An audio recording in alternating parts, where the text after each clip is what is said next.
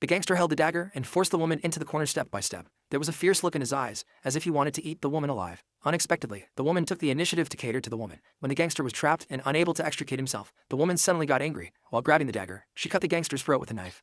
The other accomplices, Jian, tried to fight back, but were defeated one by one by the woman. The last gangster, Jian, tried to retreat, but was killed on the spot by him with a flying knife. The woman was so strong, she must not be an ordinary person. Yes, she was an agent named Lena. He and Agent Igor encountered these gangsters while escorting a hostage back to Russia. Lena simply used them to stretch her muscles. The hostage Monia he was responsible for escorting had a considerable background. 3 years ago, he was a partner of the oil tycoon Sorkin. The two jointly owned a social foundation. Sorkin obtained funds from Western intelligence agencies and then asked Monia to be responsible for laundering them. Then he used the money to bribe government officials and even high-level military officials to split the Russian regime. But because there was no direct evidence, he could not be brought to court. The CIA did not obtain the evidence of the other party's crime, so they turned their attention to Monia. However, when the Love Bureau took action, it was discovered that the other party had already escaped. In the end, the Love Bureau had no choice but to release Sorkin in the absence of direct evidence. Now the Love Bureau learned through multiple sources of intelligence that Monia was hiding in a manor villa in Malta. Immediately, agents were arranged to prepare for the secret arrest of Chi. Among them was Igor. He was hailed by the senior management as a rising star. Not only did he have superb marksmanship and a strong body, but more importantly, he had never failed in his career and was deeply trusted by the senior leadership. Just when Eagle was leading his special agent team members to prepare for the arrest, a group of killers suddenly launched a surprise attack. They were well-armed and well-trained. Under the intensive firepower of submachine guns, numerous CIA agents were killed and injured. Eagle relied on his specially made bulletproof suitcase to barely escape the disaster. In the blink of an eye, all agents, without sacrificing, only Eagle was left struggling to support himself. Seeing the killers' reinforcements arriving, Eagle turned around and hid in the manor. The killers were chasing after Eagle, intending to drive Eagle into the killing plot. Unexpectedly, the opponent suddenly jumped out from the bushes, took a killer as a hostage, and then began to kill wildly. He used his coquettish movements to constantly shuttle back and forth in the hail of bullets. Then he took out a grenade and blew up the pursuing killer. At this time, he noticed something unusual in the wardrobe next to him. He opened it and saw a man holding a pistol and wanted to defend himself. Eagle subdued the other person. He then took out the photo and compared it to confirm that it was Monia. He then put a body armor on the other person. Eagle opened a path with a grenade and took Monia to escape to heaven. Seeing the safety of the situation, Eagle revealed his identity and said that he was an agent of the Russian CIA. However, Monia was full of contempt and distrust and said that he would run away no matter what. Eagle suspected that the other party was made by the country, so he knocked it down with a punch and stuffed it into the trunk. Then Eagle used the car phone to establish contact with the director of the CIA. Eagle told the other party about the ambush. He suspected that there was a traitor in the CIA and decided to escort Monia back to the country alone. The director heard that he told the other party a secret doc.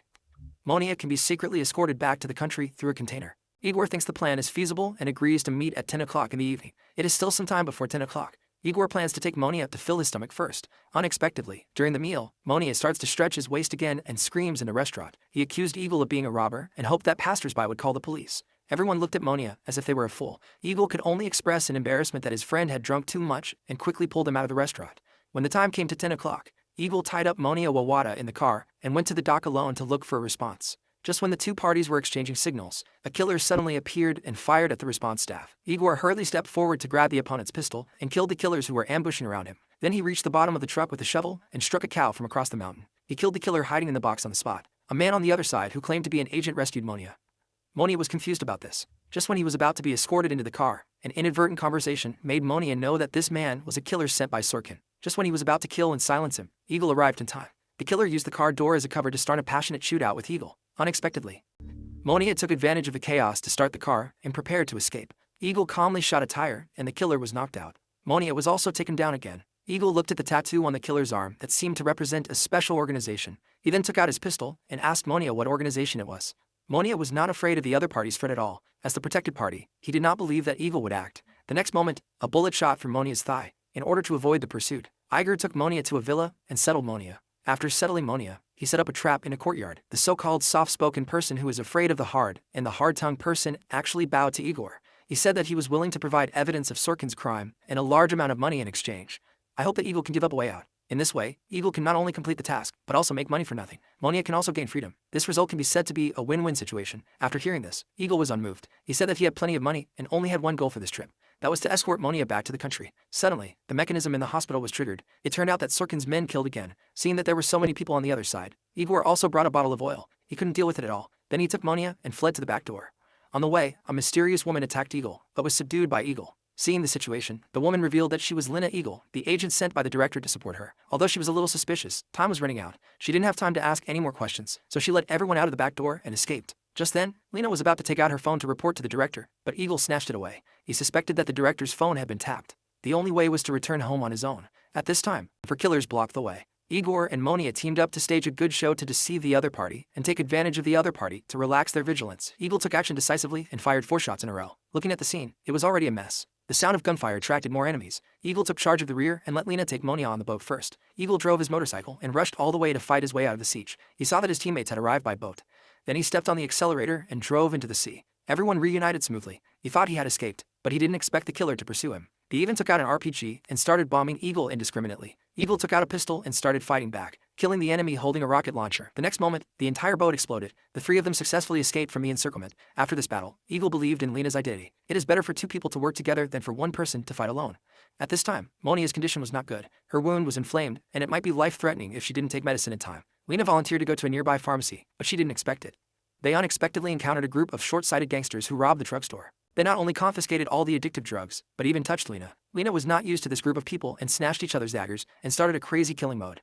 The sound of gunfire attracted Eagle's attention. By the time he arrived, Lena had already finished the battle. Finally, she returned to the car with the medicine. The 3 of them went to the hotel. Monia secretly told Eagle not to believe Lena while she was taking a shower. Eagle did not take it seriously. The next moment, she would have to pay for her carelessness. When Eagle was taking a bath, Lena used a beauty trap to charm him. She took out the syringe that had been hidden in advance and injected it into him while the other person was not paying attention. He immediately passed out in the bathtub.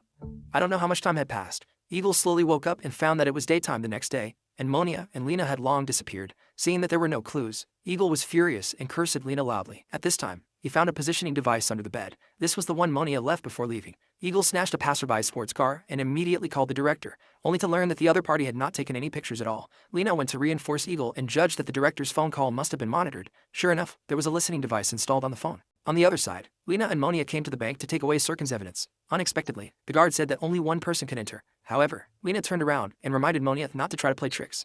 Monia was not even afraid of bullets, so how could she worry about Lena's threat? She followed the bank manager and disappeared at the end of the corridor and never appeared again. It was not until the manager came out pushing the container that there was no sign of Monia. Only then did Lena realize that she had been deceived by her. Back in the car, Lena vented her anger. Unexpectedly, Eagle broke into the car. He controlled the other party and asked where Monia was. Lena could not stand the other party's cruel methods and said that Monia never appeared again after entering the bank. Eagle immediately prepared to sneak into the bank. Little did he know that a man on the roof of the bank was watching his every move. Eagle walked into the bank building and successfully passed the guard on the pretext of depositing money. Then he escaped from the camera at a corner, and when the scene turned, he was already dressed as a cleaner.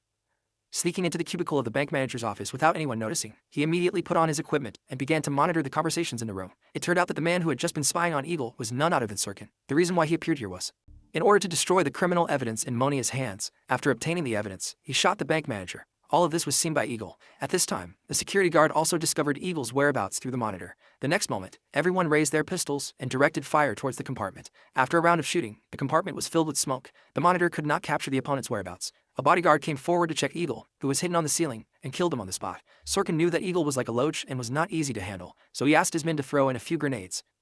Upon seeing this, Igor decisively rushed out and took a bodyguard hostage as a human shield. After a fight, Igor flew out with a thunder array on his back. Sirkin's men took the opportunity to surround him, then pressed him on a stool and tried to throw him out of the building. With quick eyesight and quick hands, Eagle took out his pistol and killed all the bodyguards, and used the bodies of the bodyguards to keep getting closer to Sirkin. The long battle left Eagle exhausted, and was soon beaten to the point of being bruised and swollen by Sirkin. Just when the opponent threw a fatal punch, Eagle's ultimate dodge hit the sharp decline. Just when Eagle was about to kill Sirkin, a bodyguard held Lena and walked into the house. The other party asked for a hostage exchange. However, Eagle did not believe that Lena let the bodyguard shoot casually. This made Lena fake explode, and he turned over and broke free. Eagle then started a fight with the bodyguard. Both sides were hiding behind the bunker, and no one could do anything to the other. At this time, Eagle had an idea and shot down the chandelier. The unlucky bodyguard died tragically under the glass lamp. Lena helped Eagle retrieve the evidence. Unexpectedly, Sirkin made a sneak attack on Lena and killed Sirkin with one shot. Eagle mistakenly thought that the target was him and shot Lena. Only afterward did he realize that he had misunderstood Lena. So she carried Lena into the ambulance with deep guilt. In fact, Lena was not the director's person, nor Sirkin's person, but a subordinate of the Russian Minister of the Interior. When the scene changed, the director was the real traitor. At this moment, he had found the official who installed the bug. Just when he was about to execute the official, the Minister of the Interior arrived with people and captured the director instantly. He was greedy and swallowed the director, unwilling to get such a small amount of money every year. That's why I chose to be surrounded and annihilated by Sorkinley. At the same time, Monia was also arrested and brought to justice. Strangely, the government announced that Monia had been assassinated the day after he was imprisoned. The case was dropped. Igor thought that the other party had faked his death and wanted to investigate the truth, but was stopped by the Minister of the Interior. He said that Monia has provided the account information and information of all relevant personnel, and the amount of funds involved accounts for 20% of the total Russian economy. As the exchange minister, he chose to secretly release Monia and restore his freedom. The story came to an end. The title of the film is Agent 008 and has nothing to do with Agent 007. If we insist on making the connection, it might be because of his identity as an agent. The action scenes of the film are remarkable. The shootouts and fighting scenes are clean and neat. What is impressive is the bulletproof box in the hands of the male protagonist. You can attack, retreat, or defend. There are also hand grenades in it. It is a must-have product for home travel, killing, and stealing. In addition to the action scenes, the script feels draggy and lengthy. It may be because of the long Russian names. It makes me tired when watching the movie. However, the personality characteristics of the male protagonist and the hostage are very different. Add a touch of laughter to the serious atmosphere. Friends who see here are welcome to like, comment, and collect. Your support is the driving force for our updates.